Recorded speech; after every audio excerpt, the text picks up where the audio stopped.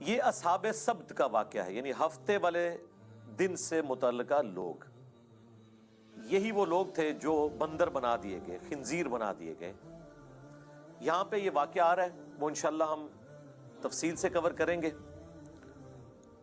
اس واقعے میں جو سب سے عبرت والی چیز ہے وہ یہ ہے کہ بنی اسرائیل کے لوگ 3 گروہوں میں بٹ گئے۔ ایک وہ لوگ تھے جنہوں نے کہا کہ ہم اللہ تعالیٰ کے اس حکم کی نافرمانی نہیں کریں گے، پلس جو لوگ نافرمان تھے انہیں وہ اس نافرمانی سے روکتے تھے۔ یہ سب سے اعلیٰ ترین درجہ ہے۔ دوسرے وہ لوگ تھے جو خود تو نافرمانی نہیں کرتے تھے لیکن نافرمانوں کو روکتے نہیں تھے۔ یہ سب سے آسان کام ہوتا ہے اس حوالے سے، کسی کی گالیاں نہیں کھانی پڑتی، آپ کو مخالفت نہیں سہنی پڑتی، کیونکہ جب آپ کسی کو روکیں گے تو ظاہر ہے پھر آپ کی بدنامی وہ کرے گا، آپ کو دشمنی مول لینی پڑ جائے گی۔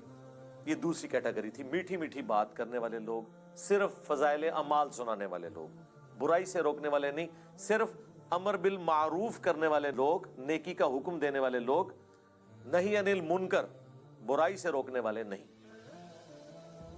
اور تیسرے وہ بدبخت تھے کہ جو ڈائریکٹلی اس حکم کی نافرمانی کر رہے تھے اور ہفتے کے دن وہ شکار کرتے تھے۔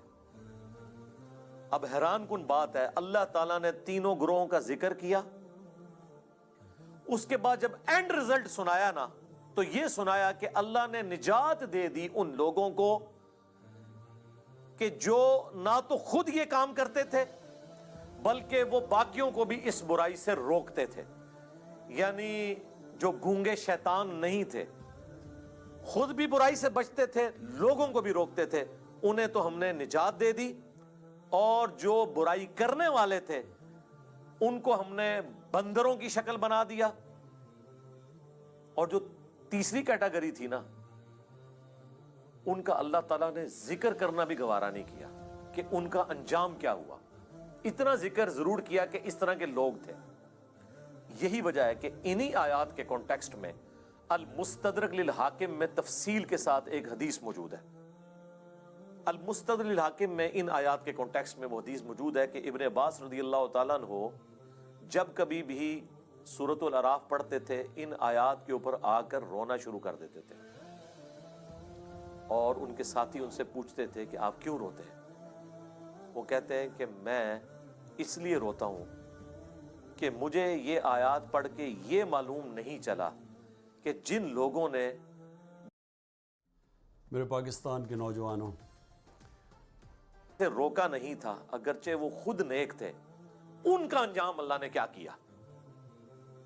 کاش مجھے کوئی ان کے بارے میں بتا دے۔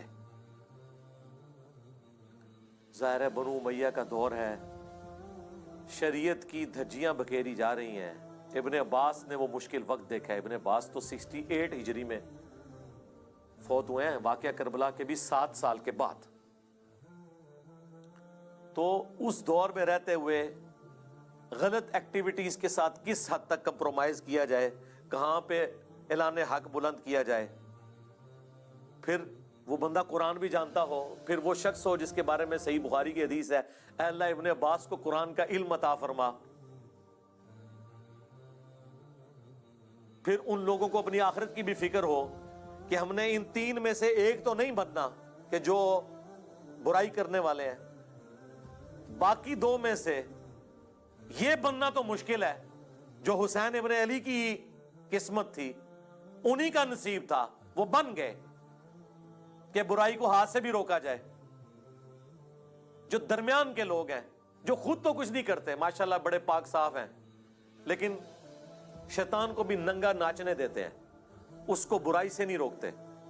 جو صحیح مسلم میں حدیث ہے کہ نبی علیہ السلام نے فرمایا ہو سکے تو برائی کو ہاتھ سے روکو۔ ہاتھ سے نہیں روک سکتے، زبان سے روکو۔ زبان سے بھی نہیں روک سکتے، کم از کم دل میں برا جانو، لیکن ذالک اضعف الایمان، یہ ایمان کا سب سے کمزور ترین درجہ ہے کہ کوئی شخص برائی کو صرف دل میں برا جانا۔ اس کے لیے ڈاکٹر اسرار صاحب ٹرم یوز کرتے تھے، گونگے شیطان نہ بنو۔ تو ابن عباس روتے تھے کاش مجھے ان کے بارے میں پتہ چل جائے کہ ان کی آخرت کیا ہوئی. اللہ نے خاموشی ان کے بارے میں اختیار کی ہے. بہرحال جتنا میرا قرآن کا فہم ہے، جو میں اللہ تعالیٰ کے مزاج کو سمجھ سکا ہوں قرآن کی روح سے، مجھے تو یہی لگتا ہے کہ جو گونگے شیطان تھے ان کا انجام بھی انہی کے ساتھ ہوا جو برائی کرنے والے تھے. کیونکہ اللہ تعالیٰ کی رحمت کا تقاضا تھا کہ اللہ نے جنہیں نجات دی ہے انہیں مینشن کرتا. جب نجات دہندہ کو مینشن کیا تو اللہ نے صرف انہی کو کہا جو نجات پا گئے تھے. ان کے علاوہ اگر کسی کا ذکر نہیں کیا تو یہ ڈیفینیٹ ہے کہ وہ نجات نہیں پائے تھے، اور ان کا کچھ بھی انجام ہوا ہو ایٹ لیسٹ وہ ان لوگوں میں شامل نہیں تھے جنہیں اللہ نے نجات دی. کیونکہ اللہ کے ہاں تو 0-1 ہے، یا بات مانو یا نہ مانو، یہ ٹوٹل پیکیج ہے. اب وہ آیات کی طرف آ جائیں. پوچھو ان سے اس بستی کا حال جو ساحل سمندر کے اوپر آباد تھی. یہ چھوٹی چھوٹی سمندری جھیلیں تھیں جو بعد میں جوڑ کے گوروں نے نہر سوئز بنا دی. اس زمانے میں یہ سمندری جھیلیں تھیں جو آباد تھے ساحل سمندر. اذ یعدون فی السبت، جب وہ حد سے بڑھ گئے ہفتے کے دن کے بارے میں. اب اللہ نے چونکہ آزمائش بنایا تھا، باقی پورے ویک میں مچھلیاں سامنے نہیں آتی تھی، بڑی مشکل سے چند مچھلیوں کا شکار ہوتا تھا، اور ہفتے والے دن مچھلیاں ان کی آنکھوں کے سامنے پھدکتی تھیں. مچھلیوں کو بھی پتہ چل گیا تھا کہ آج کے دن ان کے ہاتھ پاؤں بندھے ہوئے ہیں، یہ کچھ کر نہیں سکتے. ان کو بھی اپنے ایکسپیرینس سے پتہ چل گیا تھا، تو وہ بھی اللہ تعالیٰ کی طرف سے ان پہ آزمائش مسلط ہوئی کہ ایک بھوکے بندے کے سامنے آپ لا کے مرغن غذائیں رکھ دیں تو ظاہر ہے اس کا تو روزہ ٹوٹے گا. اسی کا اللہ نے ذکر کیا ہے. اذ یعدون فی السبت اذ تأتیہم حیتانہم یوم سبتہم شرعا، جبکہ ہفتے کے دن ان کے پاس مچھلیاں پانی پر پھدکتی تھی، سامنے آ جاتی تھی. یعنی انہوں نے چینگے لاندیا سن کہ ہاں جی پھڑ لو. اب ان کے سامنے آ رہی ہیں آزمائش ان کے لیے. وَيَوْمَ لَا يَسْبِتُونَ، اور جب ہفتے کا دن نہیں ہوتا تھا، لا تأتیہم، تو ان کے پاس وہ نہیں آتی تھی. باقی دنوں میں ان کو مشکل سے شکار کرنا پڑتا تھا، ہفتے کے دن ان کے سامنے پھدکتی تھی. اب یہ آزمائش تھی، اسی لیے ہفتے والے دن وہ کثرت میں سامنے نظر آتی تھی.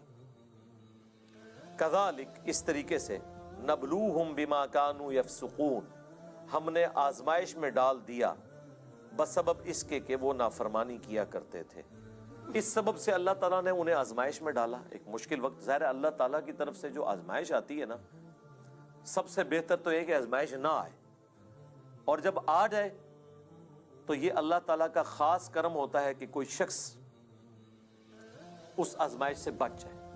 نبی علیہ السلام نے تو اسی لیے دعا کی ہے، جو میں نے اکثر آپ کو بتایا ہے. جامعہ ترمذی میں، مسند احمد میں، اور مشکاۃ المصابیح میں بھی 748 نمبر حدیث ہے جو نبی علیہ السلام کو خواب میں اللہ کی زیارت ہوئی تھی. اس میں آپ نے جو دعا کی تھی، اور نبی علیہ السلام نے کہا کہ یہ میری دعا لے لو اور باقی لوگ بھی یاد کرو.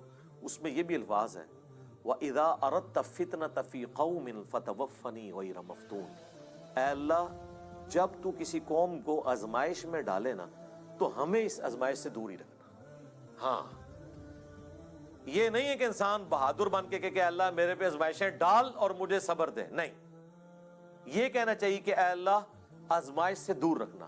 ہاں، جب کبھی ناگزیر ہو جائے، وَلَنَبْلُوَنَّكُمْ بِشَيْءٍ مِّنَ الْخَوْفِ وَالْجُوعِ وَنَقْصٍ مِّنَ الْأَمْوَالِ وَالْأَنفُسِ وَالثَّمَرَاتِ، تو ٹھیک ہے، اس میں اللہ تعالیٰ صبر دے، سب کچھ ہے.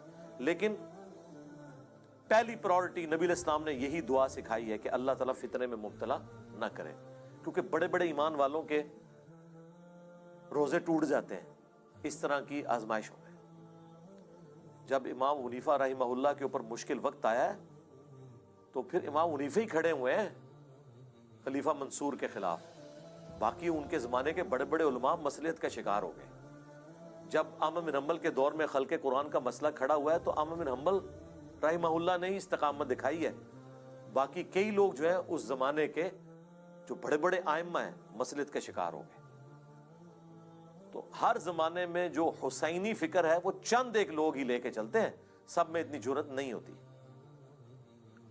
تو اللہ تعالیٰ فرماتا ہے کہ بسبب ان کی نافرمانیوں کے ان کو ہم نے آزمائش میں ڈالا.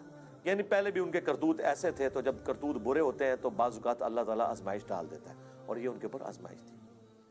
وَإِذْ قَالَتْ أُمَّةٌ مِّنْهُمْ, جب ان میں سے ایک گروہ نے کہا, لِمَ تَعِظُونَ قَوْمًا, کیوں تم ایسی قوم کو واعظ و نصیحت کرتے ہو, قَوْمًا اللَّهُ مُهْلِكُهُمْ, کہ جس قوم کو اللہ تعالیٰ ہلاک کر دے گا, او معذبهم عذابا شدیدا, یا انہیں شدید عذاب دینے والا ہے. یعنی کیوں سمجھاتے ہو ان نافرمانوں کو, چھوڑو, انہوں نے اپنی قبر میں جانا ہے, تم نے اپنی قبر میں جانا ہے, چپ کر کے تم تو برائی نہیں کر رہے نا, ان کو ان کے حال کے اوپر چھوڑ دو.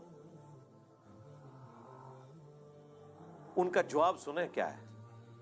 قالو, وہ کہنا شروع ہو گئے اس کے جواب میں, معذرتن الی ربکم ولعلہم یتقون, ہم تو یہ اس لیے ان کو برائی سے روکنے ہیں کہ اپنے رب کے حضور عذر پیش کر سکیں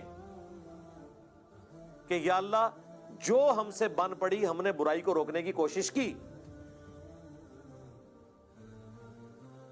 اور دوسرا مقصد یہ ہے لعلہم یتقون, کہ شاید ہماری نصیحت سے یہ ڈر جائیں اور یہ بھی اپنی آخرت برباد ہونے سے بچا لیں. یہ سیکنڈری مقصد ہے جو میں اکثر کہتا ہوں کہ ہم یہ جو دعوت و تبلیغ کا کام کر رہے ہیں, لوگوں کو برائی سے روک رہے ہیں, اچھائی بتا رہے ہیں, عقیدے کی خرابیاں ہائی لائٹ کر رہے ہیں, اس میں پرائمری جو ہمارا مقصد ہے وہ اپنی آخرت کی فکر ہے, کسی دوسرے کی آخرت کی فکر نہیں ہے, وہ سیکنڈری چیز ہے. سب سے پہلے تو ہمیں ہماری طرف سے پوری دنیا جہنم میں چلی جائے ہمیں تو فرق نہیں پڑتا, ہمیں تو فرق اس بات سے پڑتا ہے کہ ہم نہ کہیں جہنم میں چلے جائیں. پہلی ایفرٹ تو ہماری اپنی ذات کے لیے ہوگی, او انفسکم و اہلیکم نارا, بچاؤ اپنے آپ کو اور اپنے گھر والوں کو جہنم کی آگ سے. باقیوں کی بعد میں فکر کریں گے, افریقہ کے جنگلوں میں لوگ کدھر جا رہے ہیں وہ بعد میں دیکھیں گے, پہلے تو اپنے گھر میں لوگ کدھر جا رہے ہیں وہ دیکھیں گے. پہلے تو ہم خود قرآن و سنت سے اپنی اصلاح کی کوشش کریں گے, تو ان کا اپنے رب کے حضور معذرت کر سکیں, ہم عذر پیش کر سکیں کہ یا اللہ ہم نے وہ چاروں شرائط پوری کی تھی. الا الذین آمنوا وعملوا الصالحات, یہ تو آسان ہے, ایمان لاؤ نیک اعمال کرو, لیکن وتواصوا بالحق, حق بات کی وصیت کرنا مشکل ترین کام, اور اس کے بعد اس کا منطقی انجام, وتواصوا بالصبر, پھر تکلیف آئے گی تو صبر اختیار کرنا ہے. یہ اتنا مشکل کام ہے کہ بڑے بڑے اہل ایمان وہ بھی بعض اوقات کمزور درجے کی طرف چلے جاتے ہیں. ہر بندے میں یہ حوصلہ نہیں ہوتا کہ حالات و واقعات کا وہ مقابلہ کر سکے. ہم ان پہ کوئی فتویٰ نہیں لگاتے جو اس طرح کرتے ہیں, لیکن ہم لوگوں کو یہ بتائیں گے کہ خدا کے لیے فرق سمجھو. لوگ کہتے تو ہیں کہ حسین ابن علی کے زمانے میں لوگ روکتے تھے ان کو کہ آپ وہاں نہ جائیں, یہ آپ کو شہید کر دیں گے. تو کیا وہ لوگ غلط تھے اور حسین ابن علی اکیلے ٹھیک تھے؟ میرے بھائی پہلے تو آپ اپنی اصلاح کریں. وہ لوگ حضرت حسین ابن علی کو غلط نہیں سمجھتے تھے. عبداللہ بن عمر یا عبداللہ بن عباس یا عبداللہ بن زبیر رضی اللہ عنہم اجمعین, وہ یہ کہتے تھے کہ آپ جن کے خلاف کھڑے ہوئے نا, انہوں نے رسول اللہ کی قرابت داری کا کوئی لحاظ نہیں کرنا, یہ دنیا دار بادشاہ بن چکے ہیں, تو ان کے شر سے اپنے آپ کو بچا لیں. وہ یہ نہیں کہتے تھے کہ آپ غلط ٹریک میں ہیں, وہ دوسرے معنوں میں یہ کہہ رہے تھے کہ یہ بدماش ہیں, آپ کے ساتھ ظلم کریں گے. تو جس طرح ہم نے خاموشی اختیار کی ہوئی ہے, کمزور درجے پہ ایمان پہ اپنے آپ کو رکھا ہوا ہے, ہمارے مقابلے پہ نہیں, اس زمانے میں حسین ابن علی کے مقابلے پہ, تو آپ بھی وہ درجہ اختیار کر لیں. لیکن حسین ابن علی کا اسٹانس یہ تھا کہ عبداللہ بن عمر, عبداللہ بن عباس یا عبداللہ ابن زبیر, ان کا بنو امیہ کے خلاف کھڑا نہ ہونا کوئی مسئلہ نہیں ہے, کیونکہ ان میں سے کسی کے گھر بھی نبوت نہیں آئی ہے. نبوت تو آئی ہے بنو ہاشم کے گھر, اور رسول اللہ کے علم کا وارث تو میں ہوں. اگر میں نے باطل کے ساتھ کمپرومائز کیا تو یہ دین کا حصہ بن جائے گا. یہی وجہ ہے کہ 3 بر اعظموں نے یزید ابن معاویہ کی بیعت کر لی, لیکن یزید کو ہضم نہیں ہو رہی جب تک حسین نہ کرے, کیونکہ انہیں پتا تھا کہ جب تک حسین بیعت نہیں کرتے تو یہ دھکے سے ہی ہماری حکومت ہے, لیجٹمائز نہیں ہوگی, یہ خلافت نہیں ہوگی, اسلامی حکومت نہیں ہوگی, کیونکہ نبی کے گھر والے ہی نہیں جب اسے مان رہے تو گارنٹی تو دینی ہے نبی کے گھر والوں نے, باقیوں کی گارنٹی کی کیا حیثیت ہے. یہ وجہ تھی. تو یہ ہمیشہ کم لوگ ہوتے ہیں اور وہ ڈرتے ہیں کہ یار اللہ کے حضور ہم کیا جواب دیں گے. فلما, پس جب نسو ما ذکروا بہ, انہوں نے فراموش کر دیا جو انہیں ڈر سنایا گیا تھا, جو نصیحت کی گئی تھی. انجینا الذین ینہون عن السوء, تو ہم نے نجات دے دی ان کو جو برائی سے روکنے والے تھے, یعنی جو حسین ابن علی کی نیچر رکھنے والے تھے ان کو تو مل گئی نجات. وَأَخَذْنَا الَّذِينَ ظَلَمُوا, اور پکڑ لیا ان کو ہم نے جو ظلم کرنے والے تھے, بِعَذَابٍ بَئِيسٍ بِمَا كَانُوا يَفْسُقُونَ, جن لوگوں نے اپنی جانوں پر ظلم کیا برے عذاب سے ان کو پکڑ لیا گیا بوجہ اس کے کہ وہ نافرمانی کیا کرتے تھے.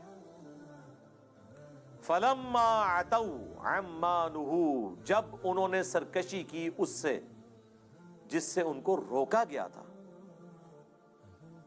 مَا نُهُوا عَنْهُ, جس سے وہ لوگ روکے گئے تھے, قُلْنَا لَهُمْ كُونُوا قِرَدَةً خَاسِئِينَ, تو ہم نے ان سب کے سب کو کہا کہ بن جاؤ پھٹکارے ہوئے بندر.